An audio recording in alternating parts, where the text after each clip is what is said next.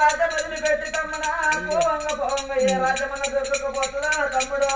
నేను వెళ్ళిపోతా కదరా నా తమ్ముడా అయితే నేను గంగెత్తులో నచ్చిననుకో బాలసంతో నచ్చిననుకో బబ్బిల్దాన్ని నచ్చిననుకో తమ్మి ఇంటి బుచ్చం పెడితే రాజ్యం విడిచి దేశం విడిచిపోతా అంటున్నావా పోతావా పెట్టా నా ఇంటి బుచ్చం అంటే అదే మాకేమైతుంది ఎందుకు కొట్టరు వెళ్ళిపోయింది ఇప్పుడు దాఖలు పెట్టేది ఈ అక్క నువ్వు వరుసుకో అక్క పొంగులో మన ఇంటి బుచ్చం పెడతారా పెట్టన్నా మీరు పెట్టమంటే పెడతావు సత్తా తప్పుడేవా వీళ్ళు సల్మడ కాడకి ఇంతమంది అనగా పెట్టకపోతే ఎంతమంది ఏమంటారు మనిషి దుక్షణ కొట్టాలి వాడు 3 బదర్రకాడి నారాయణ 3 బదర్రకాడి నారాయణ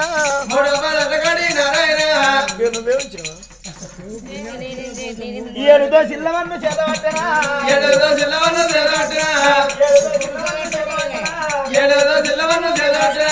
అక్క ఒడిలోన వయ్యవచ్చనా 1 2 3 4 5 6 7 ఆ వెనకకి లేచింది ఏంటిది పెరుగు పో ఈ రాజ్యం ఉండదు ఈ దేశం ఉండదు వెళ్ళిపోయి మాకు సల్లా జీవనార్థి పెట్టిపోయి అక్క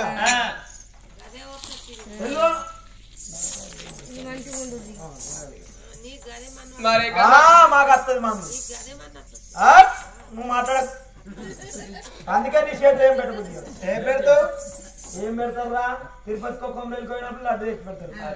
మరే కన్నా తల్లి కర్ణవాది దేవి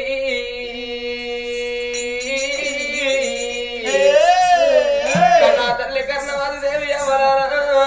ఎరడు తమ్ముడు క్షత్రియ తమ్ముడు ఎరడు ఎల్లగొట్టిండో కన్న తల్లి కలకల కలకల కన్ను తీసుకుంటా అయ్యో నా తమ్ముడా ఇంటి పిచ్చం పెట్టమంటే తమ్ముడా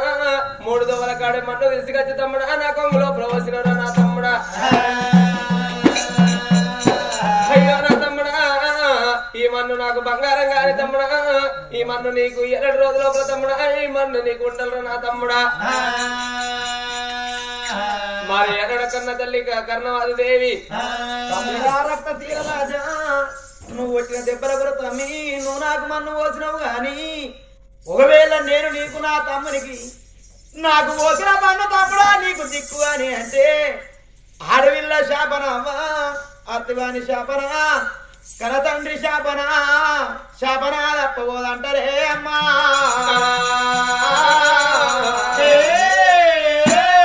నా తమ్మునికి దీవిస్తే దీవెనంటారవ్వా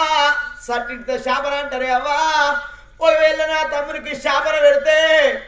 నా తమ్మునికి నా శాపన కలిగి నా తమ్ముడు ఏమన్నా అపాయం అయితే అలనాడు మా తల్లిదండ్రి ప్రాణాన్ని ఒప్పుకొని నా తమ్ముని అనుకున్నారవ్వా రాగీల పునవు నాడు రాగీలు గట్ట కొడుకులేడా అని 1 నోముల్లో మీరు 100 రథాలు వేసి ప్రాణాన్ని ఒప్పుకొని అవ్వా పొలం తెచ్చుకున్నారవ్వో ఇవాళ నా తమ్మునికి ఎన్ని శాపన పెడితే అభయం అవుతుందో శుభం అవుతుందో తమ్ముడా నువ్వు సల్లగుండురా తమ్మి ఈ రాజ్యంగా పోతే నేను ఏ రాజ్యం అన్న పోతా ఏ దేశం అన్న పోతారా తమ్మి పారే గంగల్లో పడి నా ప్రాణం తీసుకుంటారా అని నా తమ్ముడు బ్రతకాలే కీర్తికి రావాలి పేరుకు రావాలి రా తమ్మి నువ్వు సల్లగుండాలి ఆ బిడ్డ ఆ కర్ణవతి దేవి అక్క అడవి తవ్వలు పట్టి ఆడ జన్మే పాడు జన్మరా చూసేటి యొక్క పాపిష్టి రాజ్యంలోన ఆడ జన్మ ఎత్తి బాధపడ కంటే కోసమాడ కంటే ఈ అడవిలో మనకి పుట్టిందే మేలో పెరిగిందే మేలో ఆడ జన్మే పాడు జన్మరా చూసేటి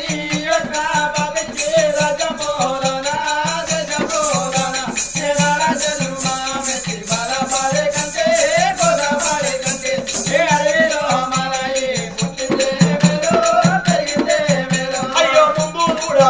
నాకు బాయి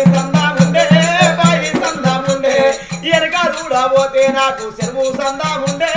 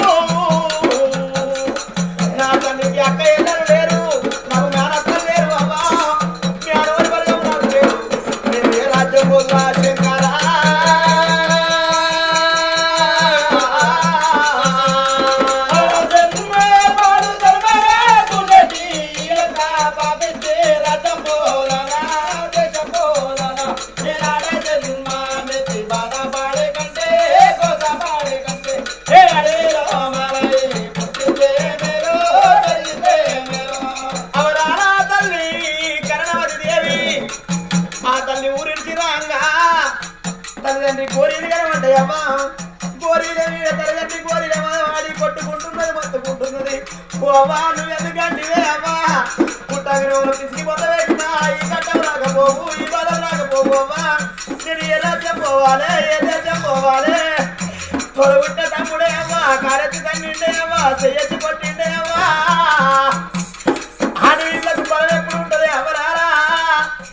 అత్తగారి ఇంటికాడ ఆడవిళ్ళకు బలం ఎప్పుడు ఉంటది ఇంటికాడ తమ్ముడు అన్నగాళ్ళ ఉంటేనే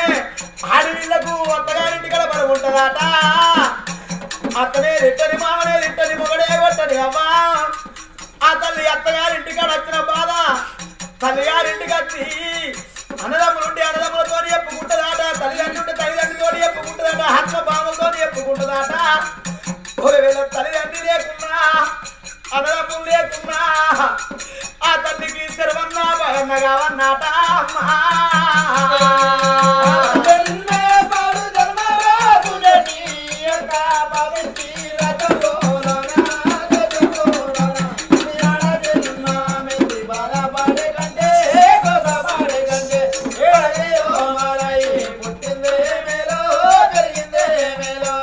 తల్లిదండ్రులు లేకున్నా ఆ తల్లికి లేని కట్టే ఉంటది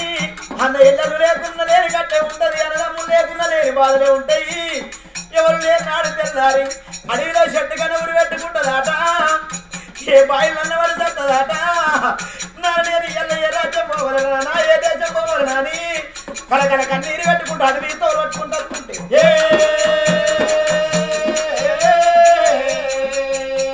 వచ్చే తొగ లోపల కన్నపాల గుండు కనబడుతుంది ఈ గుండు గుద్దుకొని అడవి లోపల ప్రాణం తీసుకుంటున్నా గుండు గుర్రా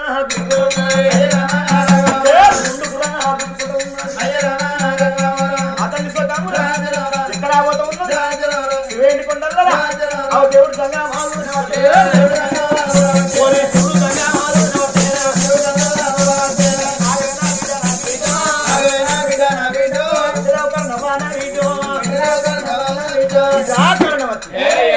నువ్వు గుండుకు 120 సార్లు గుద్దుకున్న నీ ప్రాణం పోదే బిడ్డ ఎందుకంటే బిడ్డ నీ వందన కష్టం ఉన్నది కానీ నీకు సావనేది లేదు నా బిడ్డ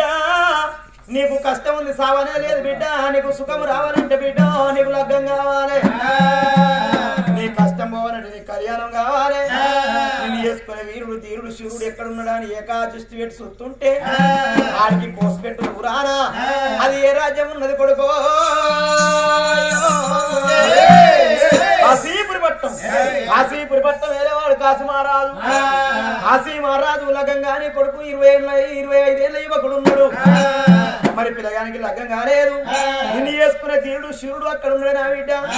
మరి పిల్లగాడేమో ఊళ్ళున్నాడు నువ్వేమో అడవిలు ఉన్నావు నీకు పిల్లగానికి దగ్గర ఎట్లా కావన్నా ఇక్కడ బండారు తీసి అడి లోపల కొట్టిండు శంకరుడు పుట్టు అంటే దుప్పులు మనవోతలో ఉట్టించిండు గాశంకరుడు అడవి లోపల దుప్పులు మనవోతలు ఉట్టి పాడి పంటలు నాశనం చేసిపోతున్నాయి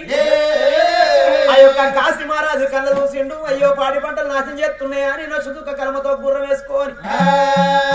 ఏటలు ఎత్తనా ఎంపులు బాణాలు బుధవంతి చేసుకొని వేటలు చేసుకుంటా